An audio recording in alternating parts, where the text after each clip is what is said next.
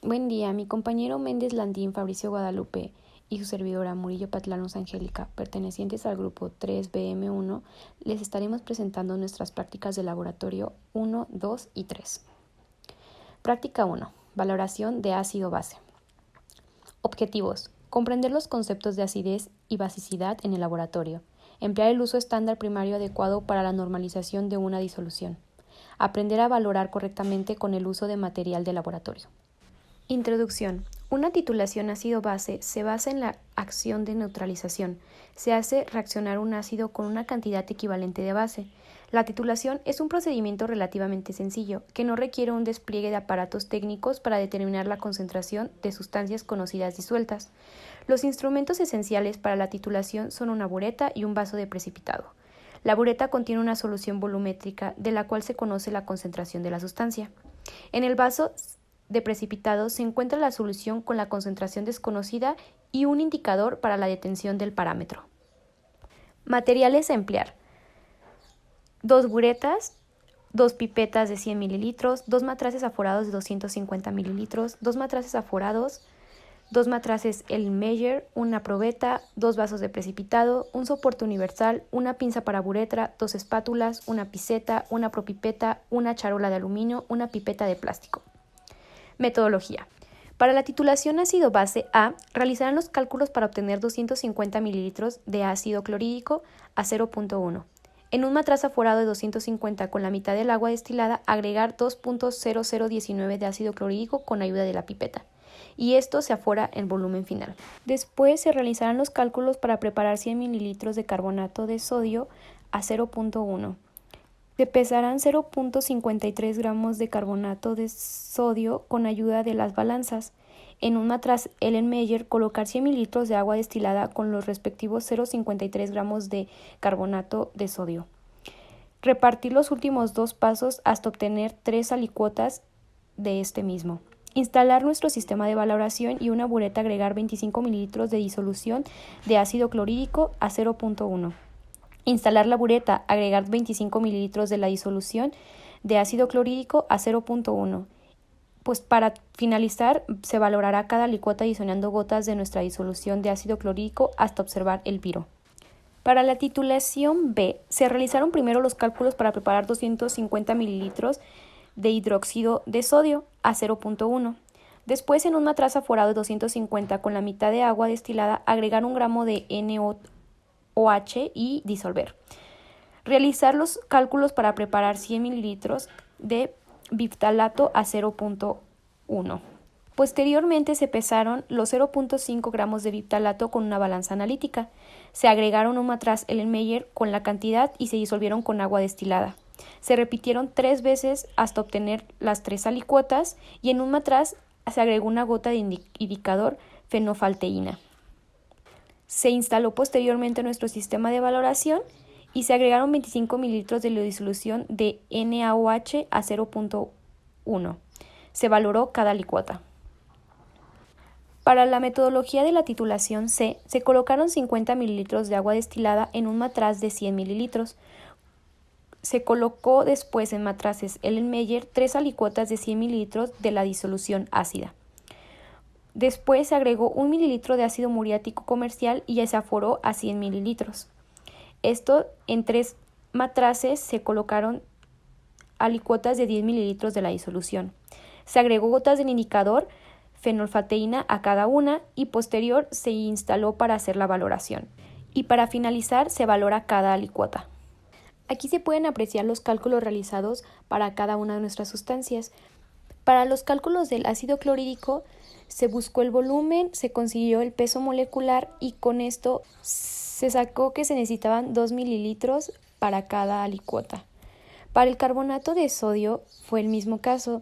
Se hizo el ajuste para obtener 3 alicuotas, dando como resultado que se necesitaban 0.1 gramos de carbonato de sodio por 20 mililitros de agua. Para los cálculos del hidróxido de sodio se hizo la misma metodología que para el ácido clorhídrico, dando como resultado 1 gramo de hidróxido de sodio.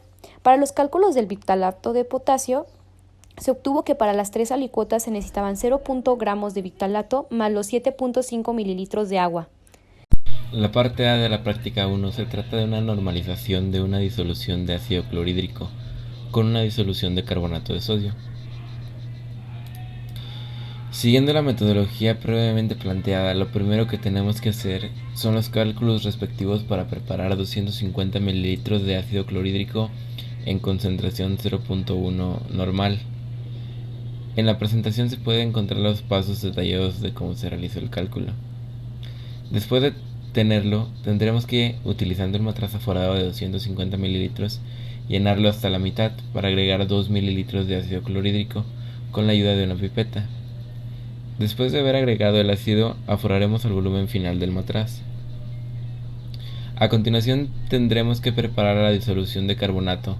Para ello, también tenemos que hacer los cálculos correspondientes a la preparación de 100 ml de carbonato con una concentración 0.1 normal. Aunque para esta práctica la profesora hizo un ajuste. Entonces, lo que tendremos que pesar es 1 gramo de carbonato de sodio. Esto con ayuda de la balanza analítica.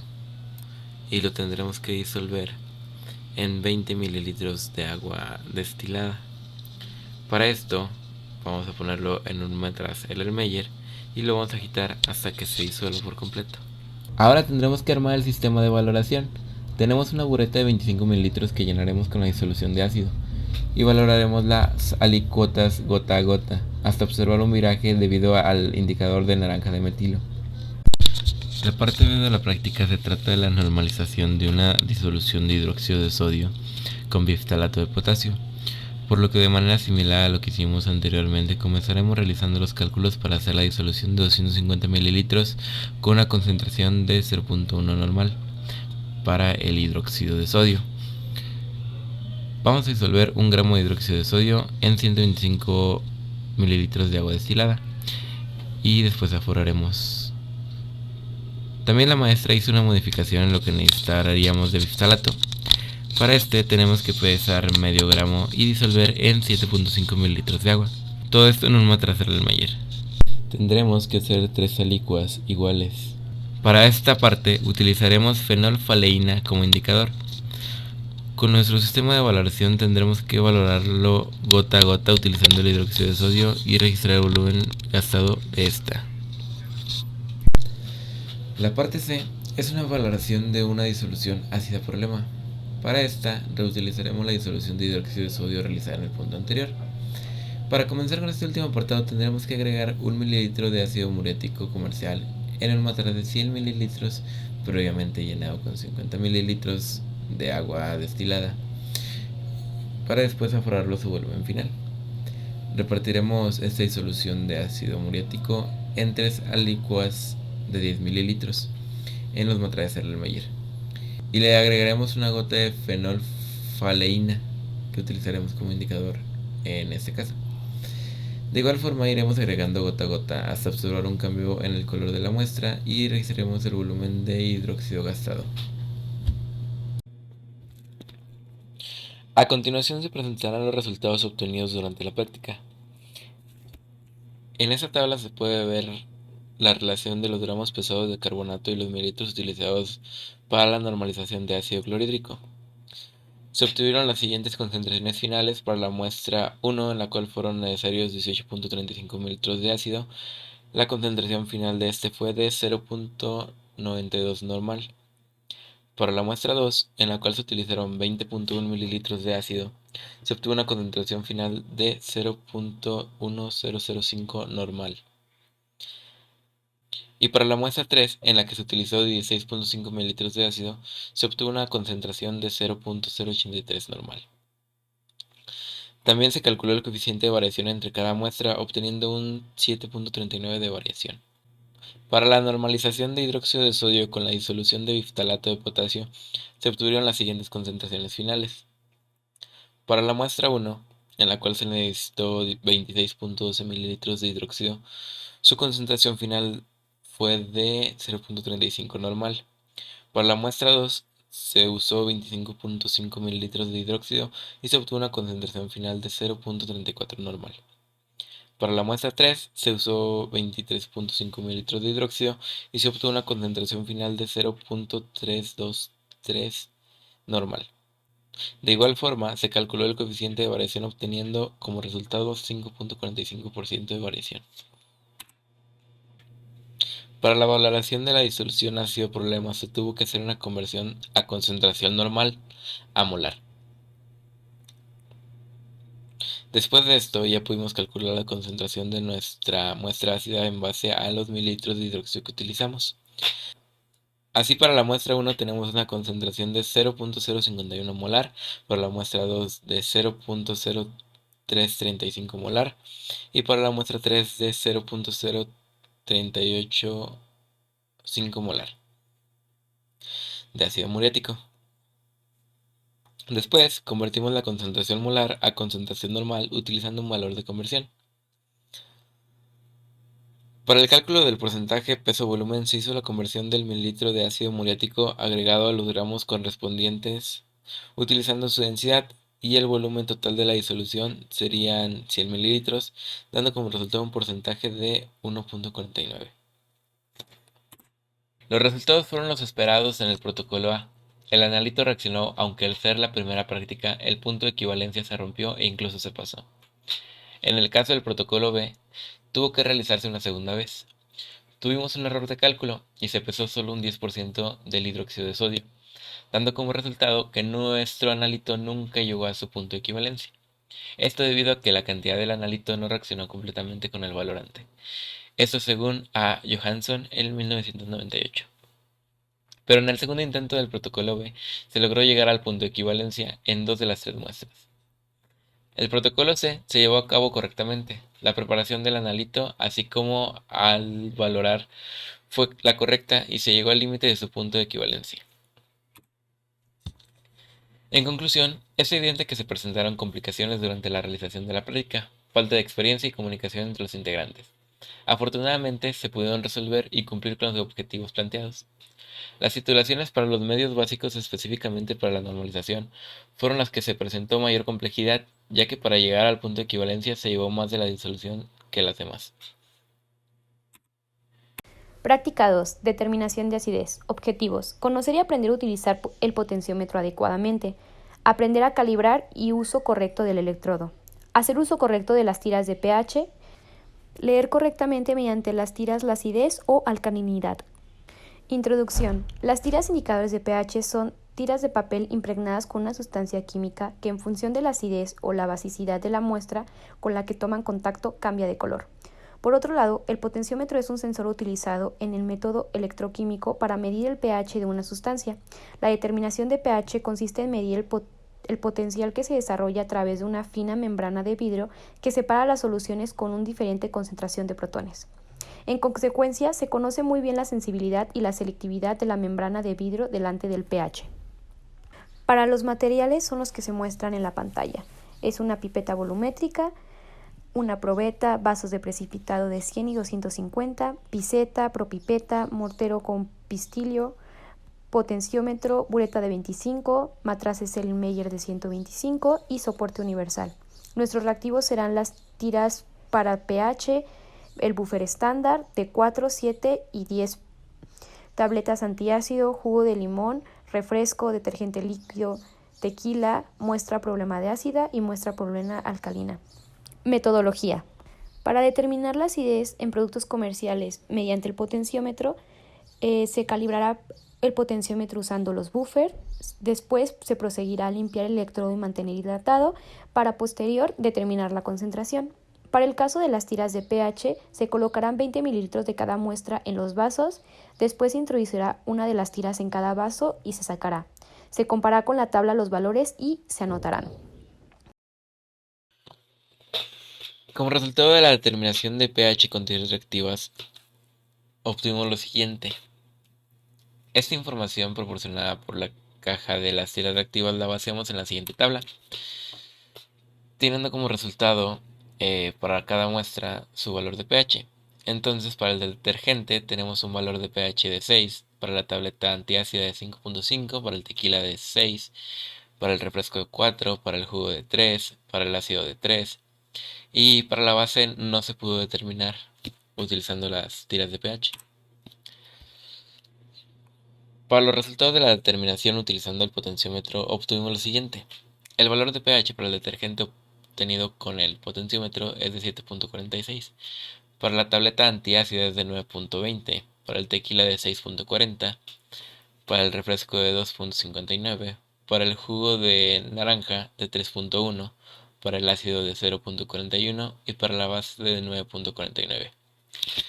Las concentraciones de hidrógeno para cada uno también fueron calculadas, teniendo así como resultado una concentración de 3.4 por 10 a la menos 8 para el detergente, de 6.3 por 10 a la menos 10 para la tableta antiácida, de 3.9 por 10 a la menos 7 para el tequila, de 0.0025 para el refresco, de 0.00079 para el jugo, de 0.38 para el ácido y de 3.24 por 10 a la menos 10 para la base. Al sacar la tira de pH de la muestra base, marcó un color que no se pudo leer con la tabla proporcionada. Si bien obtuvimos valores parecidos con ambos métodos, como lo fue en el caso del detergente, tequila y jugo, también tuvimos una diferencia muy grande al utilizar el potenciómetro. Los más evidentes fueron en el ácido, la tableta antiácido y el refresco. En conclusión, ambos métodos utilizados son útiles para medir la acidez o alcalinidad. Sin embargo, el método del potenciómetro demostró ser mucho más exacto que el de las tiras de pH, ya que da una aproximación más real. Al mismo tiempo se cumplieron los objetivos, pues se aprendió a utilizar el potenciómetro de manera adecuada, así como las tiras de pH. Práctica 3. Preparación de disolución amortiguadora. Objetivos. Preparar una correcta solución amortiguadora. Preparar una disolución buffer. Usar correctamente el potenciómetro. Usar la ecuación de Henderson-Harshbark. Introducción. La disolución amortiguadora son frecuentes en la naturaleza. Una disolución amortiguadora, llamada también disolución reguladora, buffer o tampón, según Harrison en 2001, es aquella que tiene la capacidad de regular los cambios bruscos de pH debido a la acción de ácidos o bases fuertes y de resistir los cambios de pH por efecto de disoluciones.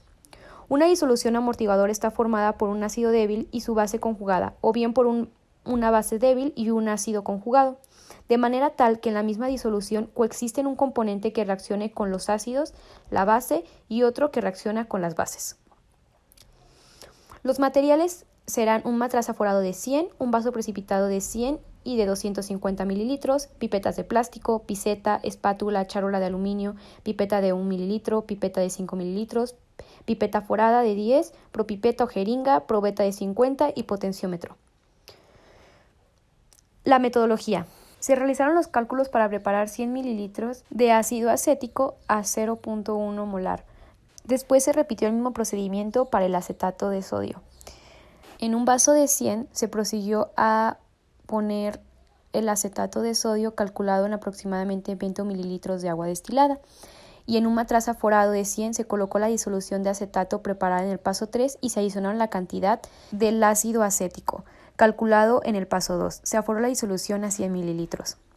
Después se realizaron dos pasos simultáneamente, que se es medir una licuota de 100 mililitros la disolución buffer, adicionando las cantidades de ácido clorhídrico, y se midió con el pH con el potenciómetro. Y fue el mismo caso, pero utilizando la disolución de hidróxido de sodio. Para después se compararon el cambio de pH con la licuota destilada y se anotó el pH inicial y se agregaron 5 gotas en 5 gotas hasta llegar a 20 en cada uno de los vasos. Posterior se prosiguió a romper el equilibrio adicionando gotas. Para los cálculos se prosiguió a buscar el peso molecular de cada una de nuestras sustancias. Se hicieron los ajustes correspondientes y se tuvo que se necesitaban 0.57 mililitros de ácido acético y 0.52 gramos de acetato de sodio. Una vez realizado el protocolo de la práctica 3, tendremos como resultante las siguientes dos tablas, una respecto al ácido y otra a la base. Se presenta el pH inicial medido a cada una de nuestras muestras. Se aprecia una variación en la lectura del potenciómetro, aunque no es una muy grande. Después de agregar las gotas indicadas en la columna de la tabla, se tiene un cambio bastante significativo en el pH de las muestras. Entonces, para el agua destilada tuvimos un pH inicial de 7. Después de adicionar las 20 gotas de la disolución de ácido clorhídrico, obtuvimos un pH final de 2.44.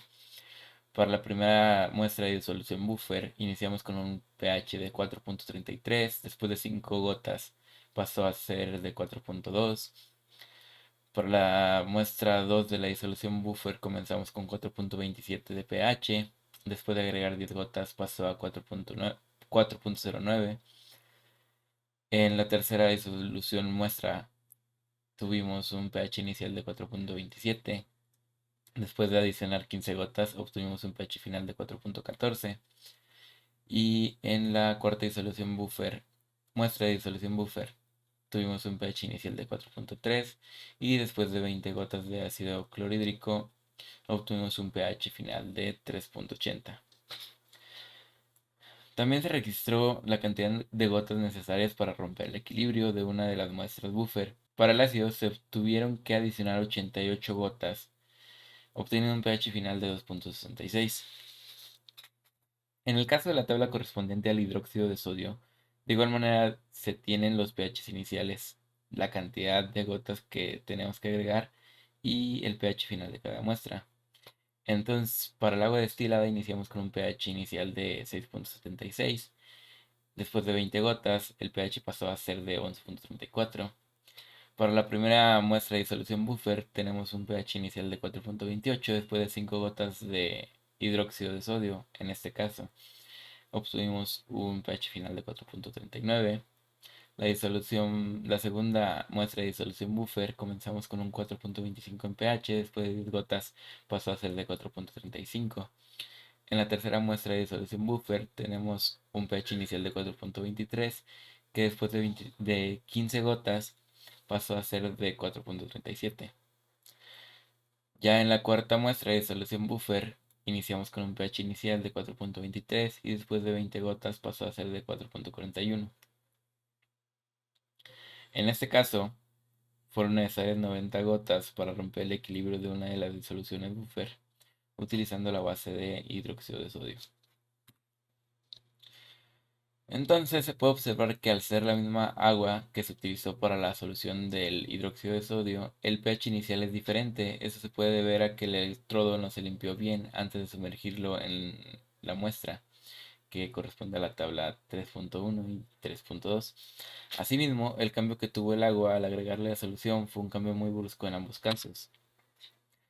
Conclusión: durante la práctica se pudo observar cómo ciertas sustancias cambiaban de pH dependiendo de la cantidad de la disolución amortiguadora que se iba añadiendo. En el caso de la solución de ácido clorhídrico, la acidez bajó. Caso contrario para el hidróxido de sodio, pues este hizo que el pH se elevara. Se cumplieron los objetivos, ya que al ser la segunda ocasión que trabajamos con el potenciómetro, se tenía más técnica y la práctica se concluyó de manera rápida y no hubo complicaciones. Y estas son las referencias consultadas como apoyo.